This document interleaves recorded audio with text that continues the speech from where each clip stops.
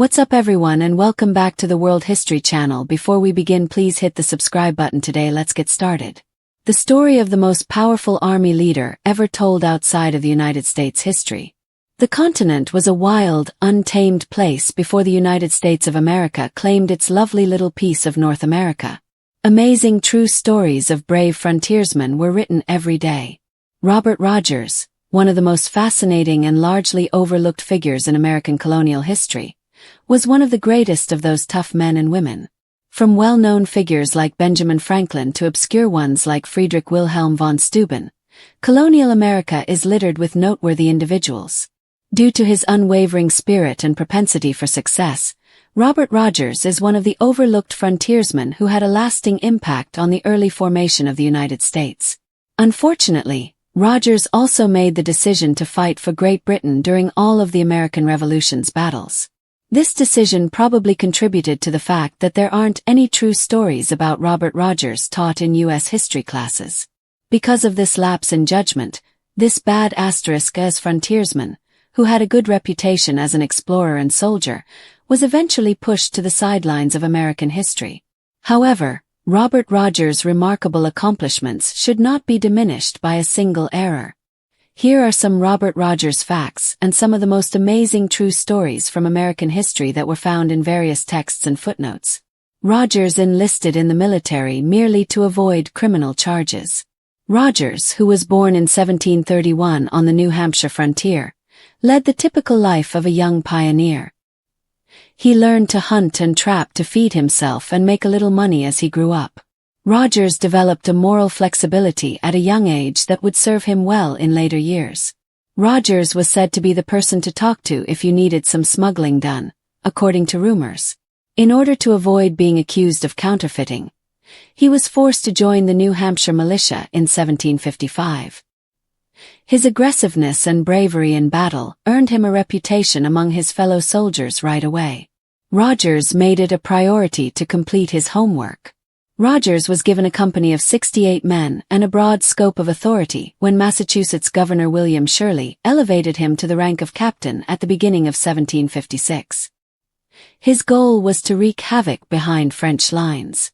Similar to Inglorious Bastard, it takes place during the French and Indian War.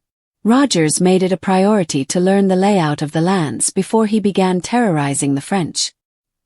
He meticulously recorded his observations and took several risks as he surveyed the terrain surrounding his area of operation, Fort Ticonderoga and Crown Point, in upstate New York. During one of his periods of surveillance, he even kidnapped a sentry who had strayed too close to him. After getting a good understanding of the area, Rogers launched a game-changing attack on the French that became a big problem for them. The French were shaken to their core by the fear of Rogers' Rangers. Rogers saw right to the heart of warfare and adapted his strategies to meet the enemy in a time when battle tactics favored outright combat and battlefield niceties. Rogers led a group of 600 frontiersmen during the French and Indian War, which lasted from 1754 to 1763. They were able to successfully adapt Indian fighting strategies. During the conflict, this elite group of soldiers, known as Rogers' Rangers, carried out raids, provided scouting reports, and captured more than their fair share of prisoners. To fight the French, Rogers adopted Native American tactics. Rogers and his Rangers distinguished themselves as scouts and hit-and-run combatants at the Battle of Lake George in September 1755, when he made his first appearance as a soldier. Rogers received praise for imparting unconventional tactics to British troops. Rogers first referred to the methods as Indian fighting, but they soon became an essential component of contemporary military strategies. The official Army Ranger Handbook still contains the Rogers rules of ranging. The standing orders of Rogers are sensible guidelines for every soldier. Standing orders, created by Rogers, were first enacted in 1759. There were hints in the rules about how his soldiers should act out in the field. It was clear from the list of rules that Rogers valued patience, intelligence, stealth, and surprise more than anything else. The first rule, for instance, was, "Don't forget nothing." Following that, Rogers counseled his soldiers to maintain their equipment and remain vigilant at all times. He wrote, Act the way you would if you were sneaking up on a deer. Every move was planned out carefully to catch the enemy off guard and keep them guessing. The battlefield oddities of Rogers are now commonplace. Despite the fact that Rogers was far from the first colonial to incorporate Native American tactics into warfare, he contributed to the codification of contemporary ranger behavior. Some of these tactics were regarded as odd at the time. During battle, he instructed his men to remain low to the ground and even lie down when necessary. Other commanders deemed Rogers' Rangers' practice with firearms to be wasteful. The green cloaks his men wore set them apart from the British Army's red uniforms. Even when the odds were stacked against them, Rogers instructed his troops to flee. For the Rangers, Rogers employed slaves and Native Americans. Rogers was of the opinion that the only way to recruit soldiers for his company was through merit. As a result, whenever talent surfaced, he had no trouble hiring experts. A number of Native Americans and slaves were asked to join Rogers' Rangers as a result, which initially shocked the other British Army regular commanders. However, Rogers' Rangers quickly became the Crown's most sought-after scouting unit once he brought his forces into the field. Rogers had a rough peacetime. Rogers had established a business in the small New Hampshire town of Portsmouth after the French and Indian War had ended. He married Elizabeth Brown in that location. She was the daughter of a Portsmouth clergyman who was the minister of the present-day St. John's Church. Brown's father was regarded as one of the city's most powerful men when they got married. Unfortunately, Rogers struggled to adjust to modern life. He explored the land for as long as he could before fleeing to fight any battle he could find. Elizabeth lived largely by herself with her slaves Sylvia, Castro, Pomp, and a Native American named Billy, who had been captured during one of Rogers' raids, when the couple got married and moved to Concord, New Hampshire. Bether Lewis and William Clark, along with their Native American guide Sacagawea Lewis and Clark, he led an expedition to the Pacific in the decades prior. Merowe broke through a small bramble in the middle of November 1805 to look out over the Pacific Ocean, which seemed to go on forever. The fact that 40 years earlier Robert Rogers had attempted to mount his own Pacific expedition in search of fame, glory, and the totally non-existent Northwest Passage was something that these two future icons of the United States could not have known. Rogers applied to King George III for permission to lead an overland expedition from the Mississippi River to the Pacific Ocean in the years following the French and Indian War. Despite Rogers' refusal, the frontiersman was given command of Michilimackinac, one of the Crown's most northern posts. Rogers, always an ambitious soldier, saw this assignment as an opportunity to lead his own informal expedition to the Mississippi and Great Lakes region.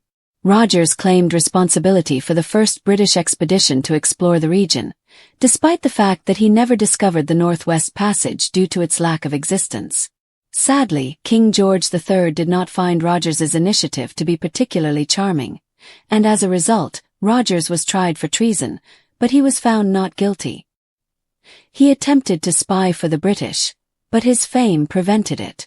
In 1775, Rogers returned to the continent of North America.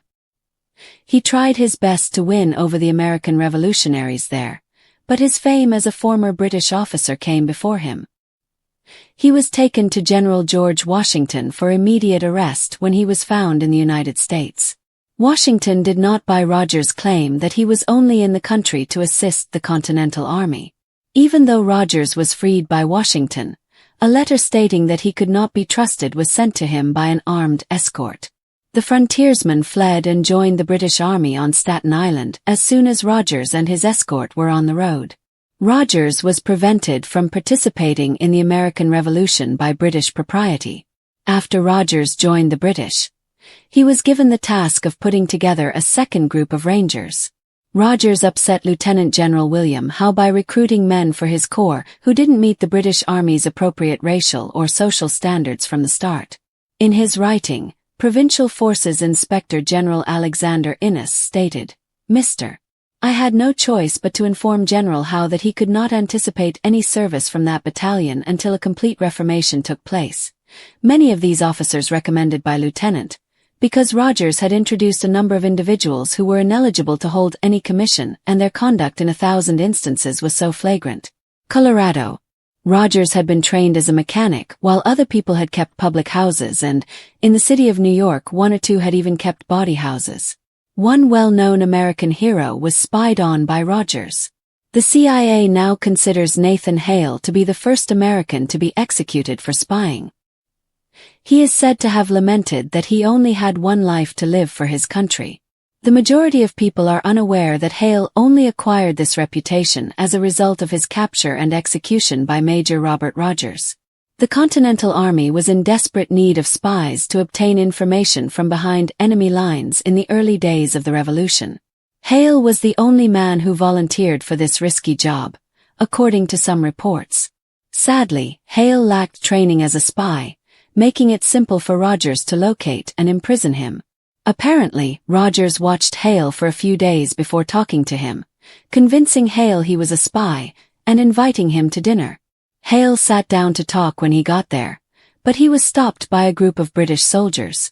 Rogers only participated in one Revolutionary War battle. Rogers led his young Rangers into Westchester County in October 1776, where his reputation once more worked against him. The frontiersman was immediately in the crosshairs of 750 Colonel John Haslet-led Continental troops. Haslet hammered Rogers' Rangers in just one short day. Even though Haslet's forces were repelled by Rogers and his men, the damage was already done. Along with the vast majority of the officers Rogers had commissioned to lead the Rangers, Inspector Innes demoted Rogers and sent him packing. He drowned in alcohol and debt at the end of his life. Rogers's time as a hero was pretty much over when he was fired from his position in the Crown's army. Because of his betrayal of Nathan Hale, he was unable to return to his home in New Hampshire. Rogers was officially condemned by George Washington, and his wife Elizabeth divorced him for desertion and infidelity. Rogers then relocated to Canada, where his alcoholism issues led to his dismissal from his job. After being apprehended by an American force a few years later, he spent some time in a prison in New York. Rogers was sent back to England in 1783 to die in secret and drank himself to death for 12 years. What little money he left when he died in 1795 was given to his landlord as rent money. The continent was a wild, untamed place before the United States of America claimed its lovely little piece of North America. Every day, incredible true stories of brave frontiersmen were written. Robert Rogers, one of the most fascinating and largely overlooked figures in American colonial history, was one of the greatest of those tough men and women. Although Rogers' name isn't mentioned in the same way as that of George Washington or Paul Revere in the history books, he had just as much, if not more, of an impact on the way America was born, fought for, and eventually developed into the nation that it is today. In point of fact, Robert Rogers himself over 250 years ago devised, field-tested, and wrote down many of the strategies that elite special forces and modern American soldiers still employ today. Rogers was a pioneer in both exploration and warfare. However, despite his essential contributions to the birth of American warfare and the frontier ethos, he has been banished to a historical no man's land because he chose the losing side in the Revolution, not because of his achievements. But you have to look at the whole picture to understand why that decision shouldn't be what defines his legacy. His life was so full of adventure, danger, rebellion, and pure survival that it reads like an early American action movie written by someone who didn't get enough sleep and drank a lot of whiskey. Rogers was born in Methuen, Massachusetts in 1731, and grew up in the harsh New Hampshire frontier, where he quickly learned how to survive on his own. By the time most children were still struggling with their catechism, he was able to hunt, trap, shoot, navigate, and fight. Rogers' true gift was leadership, even though he occasionally engaged in morally ambiguous activities like smuggling and counterfeiting. In order to avoid prosecution, he was forced into the New Hampshire militia with strong arms in 1755. He immediately distinguished himself in the French and Indian War with daring attacks and fearless scouting. Governor William Shirley promoted him and gave him free rein to engage in clandestine warfare behind enemy lines because he was aware of his abilities. Rogers did more than just accept the challenge. He made it into art. He would do what no one else thought to do: study the land, draw maps, even kidnap enemy sentries to learn more about troop movement and terrain. His brutality and cunning in battle frightened the French and inspired the British, and his ragtag band of frontier-born warriors, known as Rogers Rangers, became legend. They were guerrilla fighters trained to strike from the shadows and vanish like ghosts, not regular soldiers. They were lean, green, and merciless. Rogers's men also achieved success, in contrast to the polished British officers with their powdered wigs and marching drums. Despite being mocked by civilized commanders, they adopted Native American tactics that were devastatingly effective. They quietly snuck through forests, set up ambushes, and carried out raids that humiliated French strongholds and stole vital information. Rogers was its godfather, and it was unconventional warfare in an age of marching lines and bayonet charges. He codified his innovative strategies into the now famous 28 Rules of Ranging, a field manual that was unusual at the time but is still given to every American graduate in its current form. Army Ranger School. Don't forget nothing, don't sleep past dawn, act the way you would if you were sneaking up on a deer, and don't ever march the same way twice were brutal lessons learned in the wilderness rather than fancy tactics. His men believed these to be more than just orders. He was applauded by the British Crown, who even gave him a commission to lead expeditions far beyond the colonial border. Robert Rogers tried to find the Northwest Passage long before Lewis and Clark did their famous trek to the Pacific. He petitioned King George III to send an expedition west to find it. Rogers used his position at Fort Michilimackinac to launch a series of unofficial missions and chart uncharted regions of the Great Lakes and Mississippi River Basin, despite the king's refusal. However, the British bureaucracy could not handle Rogers because he was too wild, ambitious, and American. Even though he was found not guilty of overstepping his authority, the damage was done when he was recalled and tried for treason. He married a well-connected minister's daughter, Elizabeth Brown, and returned to civilian life. However, he never found contentment away from war and wildness. His marriage was icy, his finances were worse, and his name was slowly becoming less known. The war that would end everything was the American Revolution. Rogers was in a difficult position when the colonies revolted against the British Crown. He had served Britain in combat. His fame came from Britain. He received a British pension. However, his soul was American, with roots in the New England wilderness and colonial blood. Nonetheless, in 1775, he offered his services to the Continental Army in the hope of fighting for his home country. Rogers was denied by General Washington, who was suspicious of his past and influence. It was a fatal misstep. Rogers defected to the British after being betrayed and watched by his Continental guardians. His name and reputation were both a benefit and a liability in that location. Though the Crown commissioned him to form the Queen's Rangers, a new elite unit, his unorthodox approach to leadership once again clashed with traditional officers. He recruited freed slaves, Native Americans, and men from the working class to fight, fighters who were deadly in the field but unwelcome by the command's tight lips. He was left behind and stripped of command despite his success. In America, he received no repentance for even his most successful act, capturing the Revolutionary War spy Nathan Hale, whose final words became immortalized. The colonists only saw a conservative, not a pioneer. Rogers spent the rest of his life slowly falling apart. He moved to Canada, back to New York, then England, where he was pursued by creditors and personal demons after being rejected, disgraced, divorced, and drowning in debt. The place where ambition left off, alcohol took over.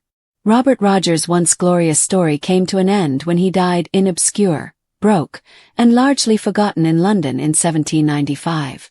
The man who once commanded armies, penned the blueprint for modern warfare, and dared to explore uncharted frontiers could no longer afford to pay his rent. His landlord received the remainder of his possessions. There were no statues built. He was not honored by any parades. He was left out of American textbooks not because he didn't matter, but rather because he was too important and on the wrong side. Despite this, Robert Rogers's ghost is present in every modern war fought by American troops. The Army Rangers, the United States military's most elite fighting force, were shaped by his ideas. The way special forces operate in hostile terrain is still guided by his rules. If his life is remembered correctly, he should be considered one of the true architects of American strength and resilience. He might be celebrated today alongside Washington and Lafayette if he had chosen the revolution. Instead, centuries of silence buried his genius. Rogers, an outlaw hero whose battlefield brilliance could not be killed, even by betrayal, obscurity, or time, rises again with every generation that rereads the 28 rules of ranging or studies unconventional warfare. However, history is always rediscovered, and Rogers rises again with each generation.